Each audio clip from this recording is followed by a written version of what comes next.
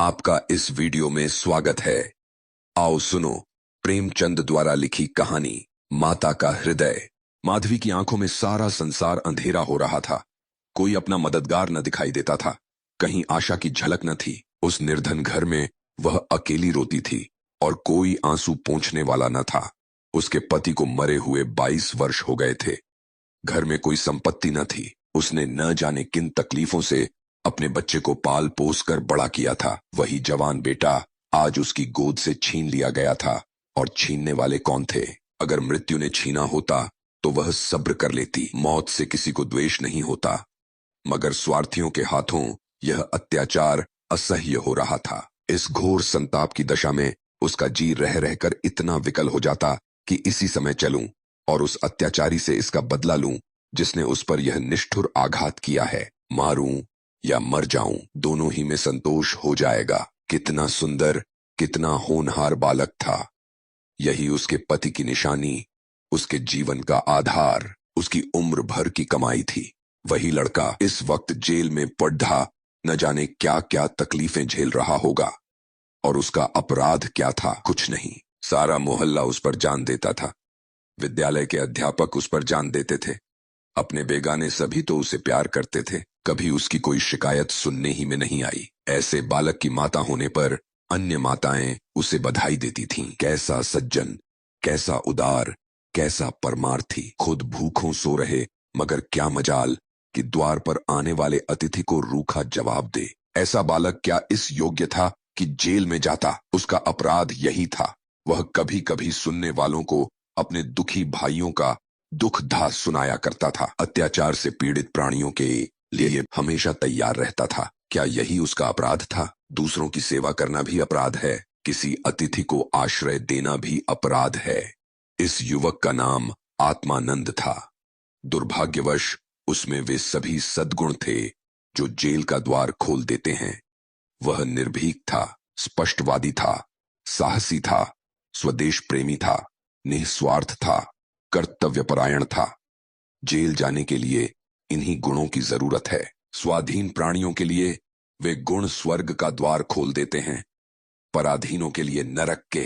आत्मानंद के सेवा कार्य ने, उसकी वक्तृताओं ने और उसके राजनीतिक लेखों ने उसे सरकारी कर्मचारियों की नजरों में चढ़ा दिया था।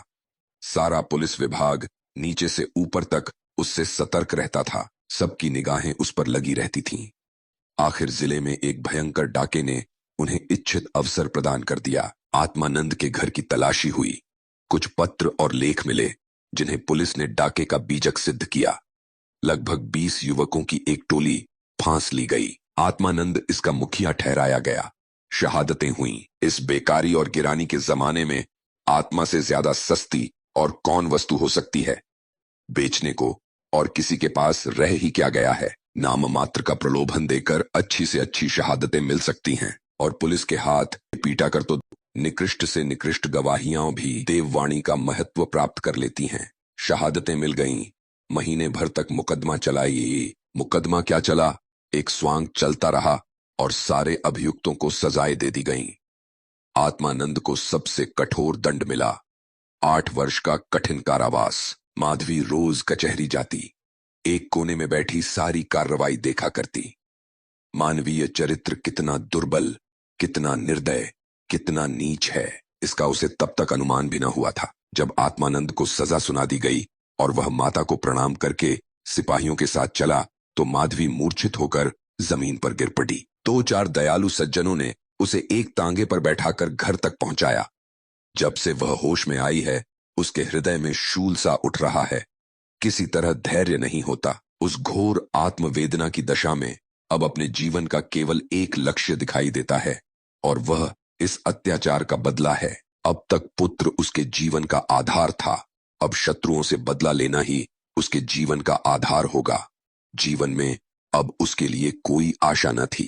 इस अत्याचार का बदला लेकर वह अपना जन्म सफल समझेगी। इस अभागे नर पिशाच बागची ने जिस तरह उसे रक्त के आंसू रुलाए हैं उसी भांति यह भी उसे रुलाएगी। नारी हृदय कोमल है, लेकिन केवल अनुकूल दशा में। जिस दशा में पुरुष दूसरों को दबाता है, स्त्री शील और विनय की देवी हो जाती है। लेकिन जिसके हाथों अपना सर्वनाश हो गया हो, उसके प्रति स्त्री को पुरुष से कम घृणा और क्रोध नहीं होता। अंतर इतना ही है कि पुरुष शस्त्रों से काम लेता है, स्त्री कौशल से। रात भीगती जाती थी और माधवी उठने का नाम न लेती थी। उसका दुख प्रतिकार के आवेश में विलीन होता जाता था, यहां तक कि इसके सिवा उसे और किसी बात की याद ही न रही। उसने सोचा, कैसे यह काम होगा। कभी घर से नहीं निकली। वैधव्य के 22 साल इसी घर में कट गए, लेकिन अब निकलूंगी, जबरदस्ती निकलूंगी। भिखारिन बनूंगी, टहलनी बनूंगी, झूठ बोलूंगी, सब कुकर्म करूंगी। सत्कर्म के लिए संसार में स्थान नहीं। ईश्वर ने निराश होकर कदाचित इसकी ओर से मुंह फेर लिया है। जब ही तो यहां ऐसे ऐसे अत्याचार होते हैं और पापियों को दंड नहीं मिलता। अब इन्हीं हाथों से उसे दंड दूंगी। संध्या का समय था। लखनऊ के एक सजे हुए बांगले में मित्रों की महफिल जमी हुई थी। गाना बजाना हो रहा था। एक तरफ आतशबाजियां रखी हुई थीं, दूसरे कमरे में मेजों पर खाना चुना जा रहा था। चारों तरफ पुलिस के कर्मचारी नजर आते थे। वह पुलिस के सुपरिंटेंडेंट मिस्टर बागची का बांग्ला है। कई दिन हुए उन्होंने एक मार्के का मुकदमा जीता था। अफसरों ने खुश होकर उनकी तरक्की कर दी थी और उसी की खुशी में यह उत्सव मनाया जा रहा था। यहां आए दिन ऐसे उत्सव होते रहते थे। मुफ्त के गवैये मिल जाते थे। मुफ्त की आतशबाजी या फल और मेवे और मिठाइयां आधे दामों पर बाजार से आ जाती थीं और चट दावत हो जाती थी। दूसरों के जहां 100 लगते, वहां इनका 10 से काम चल जाता था। दौड़ धूप करने को सिपाहियों की फौज थी ही। और यह मार्के का मुकदमा क्या था, वह जिसमें निरपराध युवकों को बनावटी शहादत से जेल में ठूंस दिया गया था। गाना समाप्त होने पर लोग भोजन करने बैठे। बेगार के मजदूर और पल्लेदार जो बाजार से दावत और सजावट के सामान लाए थे, रोते या दिल में गालियां देते चले गए थे। पर एक बुढ़िया अभी तक द्वार पर बैठी हुई थी। अन्य मजदूरों की तरह वह भुनभुनाकर काम न करती थी। हुक्म पाते ही खुश दिल मजदूर की तरह भाग भाग कर हुक्म बजा लाती थी। यह माधवी थी, जो इस समय मजूरनी का वेश धारण करके अपना घातक संकल्प पूरा करने आई थी। मेहमान चले गए, महफिल उठ गई, दावत का सामान समेट दिया गया। चारों ओर सन्नाटा छा गया, लेकिन माधवी अभी तक यहीं बैठी थी। सहसा मिस्टर बागची ने पूछा, बुढ़ी, तू यहां क्यों बैठी है? तुझे कुछ खाने को मिल गया? माधवी ने कहा, हां हुजूर, मिल गया। बागची बोला, तो जाती क्यों नहीं? माधवी बोली, कहां जाऊं सरकार, मेरा कोई घर द्वार थोड़े ही है। हुक्म हो तो यहीं पड़ी रहूं, पाव भर आटे की परवस्ती हो जाए हुजूर। बागची ने कहा, नौकरी करेगी? माधवी बोली, क्यों न करूंगी सरकार, यही तो चाहती हूं। बागची ने कहा, बच्चा खेला सकती है? माधवी बोली, हां हुजूर, वह मेरे मन का काम है। बागची, अच्छी बात है, तू आज ही से रह। जा, घर में देख, जो काम बताएं वह कर। 1 महीना गुजर गया। माधवी इतना तन मन से काम करती है कि सारा घर उससे खुश है। बहू जी का मिजाज बहुत ही अजीब है। वह दिन भर खाट पर बैठी रहती हैं और बात बात पर नौकरों पर झल्लाया करती हैं, लेकिन माधवी उनकी तानों और मजाकों को भी सहर्ष सह लेती है। अब तक मुश्किल से कोई दाई 1 सप्ताह से अधिक ठहरी थी। माधवी ही का कलेजा है कि जली कटी सुनकर भी मुख पर मैल नहीं आने देती। मिस्टर बागची के कई बच्चे हो चुके थे, पर यही सबसे छोटा बच्चा बच रहा था। बच्चे पैदा तो हृष्ट पुष्ट होते, किंतु जन्म लेते ही उन्हें एक न एक रोग लग जाता था और कोई 2-4 महीने, कोई साल भर जीकर चल देते थे। माँ बाप दोनों इस शिशु पर प्राण देते थे। उसे जरा जुकाम भी हो तो दोनों विकल हो जाते। स्त्री पुरुष दोनों शिक्षित थे, पर बच्चे की रक्षा के लिए टोना टोटका, दुआ ताबीज, जंतर मंतर एक से भी उन्हें इनकार न था। माधवी से यह बालक इतना हिल गया कि एक क्षण के लिए भी उसकी गोद से न उतरता। वह कहीं एक क्षण के लिए चली जाती तो रो रो कर दुनिया सिर पर उठा लेता। वह सुलाती तो सोता, वह दूध पिलाती तो पीता, वह खेलाती तो खेलता। उसी को वह अपनी माता समझता। माधवी के सिवा उसके लिए संसार में कोई अपना न था। बाप को तो वह दिन भर में केवल 2-4 बार देखता और समझता यह कोई परदेशी आदमी है। मां आलस्य और कमजोरी के मारे गोद में लेकर टहल न सकती थी। उसे वह अपनी रक्षा का भार संभालने के योग्य न समझता था और नौकर चाकर उसे गोद में लेते तो इतनी बेदर्दी से कि उसके कोमल अंगों में दर्द होने लगती थी। कोई उसे ऊपर उछाल देता था, यहां तक कि अबोध शिशु का कलेजा मुंह को आ जाता था। उन सबों से वह डरता था। केवल माधवी थी जो उसके स्वभाव को समझती थी। वह जानती थी कि कब क्या करने से बालक प्रसन्न होगा, इसीलिए बालक को भी उससे प्रेम था। माधवी ने समझा था यहां कंचन बरसता होगा, लेकिन उसे देखकर कितना विस्मय हुआ कि बहुत मुश्किल से महीने का खर्च पूरा होता है। नौकरों से एक एक पैसे का हिसाब लिया जाता था और बहुधा आवश्यक वस्तुएं भी टाल दी जाती थीं। एक दिन माधवी ने कहा, बच्चे के लिए कोई तेज गाड़ी क्यों नहीं मंगवा देती? मिसेस बागची ने कुंठित होकर कहा, कहां से मंगवा दूं? कम से कम 50-60 रुपए में आएगी। इतने रुपए कहां हैं? माधवी ने कहा, मालकिन, आप भी ऐसा कहती हैं। मिसेस बागची कहीं झूठ नहीं कहती। बाबूजी की पहली स्त्री से 5 पुत्री और हैं। सब इस समय इलाहाबाद के एक स्कूल में पीआरएच रही हैं। पहले की उम्र 15-16 वर्ष से कम न होगी। आधा वेतन तो उधर ही चला जाता है। फिर उनकी शादी की भी तो फिक्र है। पांचों के विवाह में कम से कम 25,000 लगेंगे। इतने रुपए कहां से आएंगे? मैं चिंता के मारे मरी जाती हूं। मुझे कोई दूसरी बीमारी नहीं है, केवल यही चिंता का रोग है। माधवी ने कहा, घूस भी तो मिलती है। मिसेस बागची ने आगे कहा, बुढ़िया, ऐसी कमाई में बरकत नहीं होती। यही क्यों? सच पूछो तो इसी घूस ने हमारी यह दुर्गति कर रखी है। क्या जाने औरों को कैसे हजम होती है। यहां तो जब ऐसे रुपए आते हैं तो कोई न कोई नुकसान भी अवश्य हो जाता है। एक आता है तो दो लेकर जाता है। बार बार मना करती हूं, हराम की कौड़ी घर में न लाया करो, लेकिन मेरी कौन सुनता। बात यह थी कि माधवी को बालक से स्नेह होता जाता था। उसके अमंगल की कल्पना भी वह न कर सकती थी। वह अब उसी की नींद सोती और उसी की नींद जागती थी। अपने सर्वनाश की बात याद करके एक क्षण के लिए उसे बागची पर क्रोध तो हो आता था और घाव फिर हरा हो जाता था, पर मन पर कुत्सित भावों का आधिपत्य न था। घाव भर रहा था, केवल ठेस लगने से दर्द हो जाता था। उसमें स्वयं टीस या जलन न थी। इस परिवार पर अब उसे दया आती थी। सोचती, बेचारे यह छीन झपट न करें तो कैसे गुजर हो। बालिकाओं का विवाह कहां से करेंगे? स्त्री को जब देखो बीमार ही रहती है। उन पर बाबूजी को एक बोतल शराब भी रोज चाहिए। यह लोग तो स्वयं अभागे हैं। जिसके घर में 5-5 कुंवारियों कन्याएं हों, बालक हो होकर मर जाते हों, घरनी सदा बीमार रहती हो, स्वामी शराब का लती हो, उस पर तो यूं ही ईश्वर का कोप है। इनसे तो मैं अभागिनी ही अच्छी। दुर्बल बालकों के लिए बरसात बुरी बला है। कभी खांसी है, कभी ज्वर, कभी दस्त। जब हवा में ही शीत भरी हो तो कोई कहां तक बचाए। माधवी एक दिन अपने घर चली गई थी। बच्चा रोने लगा तो मां ने एक नौकर को दिया, इसे बाहर से बहला ला। नौकर ने बाहर ले जाकर हरी हरी घास पर बैठा दिया। पानी बरस कर निकल गया था। भूमि गीली हो रही थी, कहीं कहीं पानी भी जमा हो गया था। बालक को पानी में छपके लगाने से ज्यादा प्यारा और कौन खेल हो सकता है। खूब प्रेम से उमग उमग कर पानी में लौटने लगा। नौकर बैठा और आदमियों के साथ गपशप करता रहा। इस तरह घंटों गुजर गए। बच्चे ने खूब सर्दी खाई। घर आया तो उसकी नाक बह रही थी। रात को माधवी ने आकर देखा तो बच्चा खांस रहा था। आधी रात के करीब उसके गले से खुरखुर की आवाज निकलने लगी। माधवी का कलेजा सन से हो गया। स्वामिनी को जगाकर बोली, देखो तो बच्चे को क्या हो गया है। क्या सर्दी वर्दी तो नहीं लग गई? हाँ, सर्दी ही तो मालूम होती है। स्वामिनी हकबकाकर उठ बैठी और बालक की खुरखुराहट सुनी तो पांव तले से जमीन निकल गई। यह भयंकर आवाज उसने कई बार सुनी थी और उसे खूब पहचानती थी।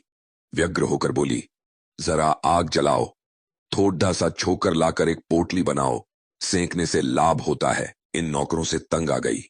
आज कहार जरा देर के लिए बाहर ले गया था, उसी ने सर्दी में छोड़ दिया हो। सारी रात दोनों बालक को सेंकती रहीं। किसी तरह सवेरा हुआ। मिस्टर बागची को खबर मिली तो सीधे डॉक्टर के यहां भागे। खैरियत इतनी थी कि जल्द एहतियात की गई। 3 दिन में बच्चा अच्छा हो गया, लेकिन इतना दुर्बल हो गया था कि उसे देखकर डर लगता था। सच पूछो तो माधवी की तपस्या ने बालक को बचाया। माता सोती, पिता सो जाता, किंतु माधवी की आंखों में नींद न थी। खाना पीना तक भूल गई। देवताओं की मनौतियां करती थी, बच्चे की बलाएं लेती थी, बिल्कुल पागल हो गई थी। यह वही माधवी है जो अपने सर्वनाश का बदला लेने आई थी। अपकार की जगह उपकार कर रही थी। विष पिलाने आई थी, सुधा पिला रही थी। मनुष्य में देवता कितना प्रबल है। प्रातःकाल का समय था। मिस्टर बागची शिशु के झूले के पास बैठे हुए थे। स्त्री के सर में पीड़ा हो रही थी, वहीं चारपाई पर लेटी हुई थी और माधवी समीप बैठी बच्चे के लिए दूध गर्म कर रही थी। सहसा बागची ने कहा, बूढ़ा, हम जब तक जिएंगे तुम्हारा यश गाएंगे। तुमने बच्चे को जिला लिया। स्त्री बोली, यह देवी बनकर हमारा कष्ट निवारण करने के लिए आ गई। यह न होती तो न जाने क्या होता। बूढ़ा, तुमसे मेरी एक विनती है। यूं तो मरना जीना प्रारब्ध के हाथ है, लेकिन अपना अपना पौरा भी बड़ी चीज है। मैं अभागिनी हूं। अब की तुम्हारे ही पुण्य प्रताप से बच्चा संभल गया। मुझे डर लग रहा है कि ईश्वर इसे हमारे हाथ से छीन न ले। सच कहती हूं बूढ़ी, मुझे इसको गोद में लेते डर लगता है। इसे तुम आज से अपना बच्चा समझो। तुम्हारा होकर शायद बच जाए। हम अभागे हैं, हमारा होकर इस पर कोई न कोई संकट आता रहेगा। आज से तुम इसकी माता हो जाओ। तुम इसे अपने घर ले जाओ, जहां चाहे ले जाओ। तुम्हारी गोद में देकर मुझे फिर कोई चिंता न रहेगी। वास्तव में तुम ही इसकी माता हो, मैं तो राक्षसी हूं। माधवी बोली, बहू जी, भगवान सब कुशल करेंगे। क्यों जी इतना छोटा करती हो? मिस्टर बागची ने कहा, नहीं नहीं बूढ़ी माता, इसमें कोई हर्ज नहीं है। मैं मस्तिष्क से तो इन बातों को ढकोसला ही समझता हूं, लेकिन हृदय से इन्हें दूर नहीं कर सकता। मुझे स्वयं मेरी माताजी ने एक धोबिन के हाथ बेच दिया था। मेरे 3 भाई मर चुके थे। मैं जो बच गया तो माँ बाप ने समझा बेचने से ही इसकी जान बच गई। तुम इस शिशु को पालो पोसो, इसे अपना पुत्र समझो। खर्च हम बराबर देते रहेंगे, इसकी कोई चिंता मत करना। कभी कभी जब हमारा जी चाहेगा आकर देख लिया करेंगे। हमें विश्वास है कि तुम इसकी रक्षा हम लोगों से कहीं अच्छी तरह कर सकती हो। मैं कुकर्मी हूं। जिस पेशे में हूं उसमें कुकर्म किए बगैर काम नहीं चल सकता। ये झूठी शहादतें बनानी ही पड़ती है। निरपराधों को फंसाना ही पुण्य रहता है। आत्मा इतनी दुर्बल हो गई है कि प्रलोभन में फंस ही जाता हूं। जानता हूं कि बुराई का फल बुरा ही होता है, पर परिस्थिति से मजबूर हूं। अगर न करूं तो आज नालायक बनाकर निकाल दिया जाऊं। अंग्रेज हजारों भूलें करें, कोई नहीं पूछता। हिंदुस्तानी एक भूल भी कर बैठे तो सारे अफसर उसके सिर हो जाते हैं। हिंदुस्तानियों को तो कोई ऊंचा पद न मिले, वही अच्छा। पद पाकर तो उनकी आत्मा का पतन हो जाता है। उनको हिंदुस्तानियत का दोष मिटाने के लिए कितनी ही ऐसी बातें करनी पड़ती है जिनका अंग्रेज के दिल में कभी ख्याल ही पैदा नहीं हो सकता। तो बोलो, स्वीकार करती हो? माधवी गदगद होकर बोली, बाबूजी, आपकी इच्छा है तो मुझसे जो कुछ भी बन पड़ेगा। आपकी सेवा कर दूंगी। भगवान बालक को अमर करें, मेरी तो उनसे यही विनती है। माधवी को ऐसा मालूम हो रहा था कि स्वर्ग के द्वार सामने खुले हैं और स्वर्ग की देवियां अंचल फैला फैलाकर आशीर्वाद दे रही हैं, मानो उसके अंतस्तल में प्रकाश की लहरें सी उठ रही हैं। इस स्नेहमय सेवा में कितनी शांति थी। बालक अभी तक चादर ओढ़े सो रहा था। माधवी ने दूध गर्म हो जाने पर उसे झूले पर से उठाया तो चिल्ला।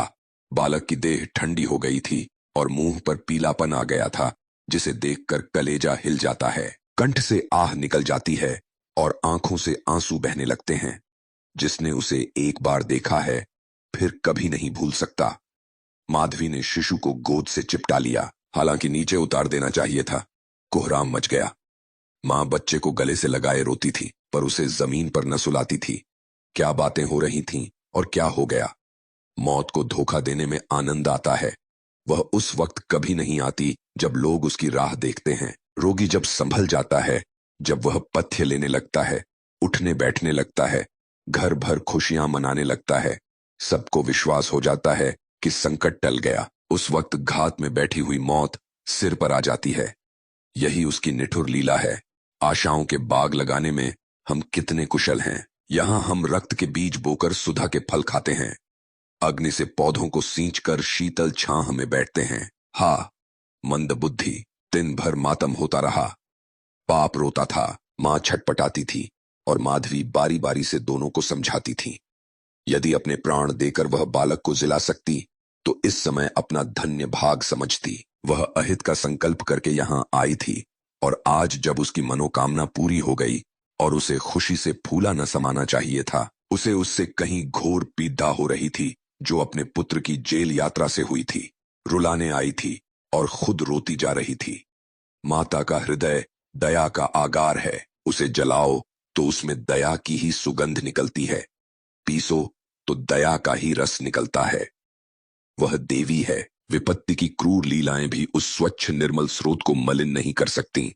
ये थी प्रेमचंद द्वारा लिखी कहानी माता का हृदय। वीडियो में अंत तक बने रहने के लिए धन्यवाद।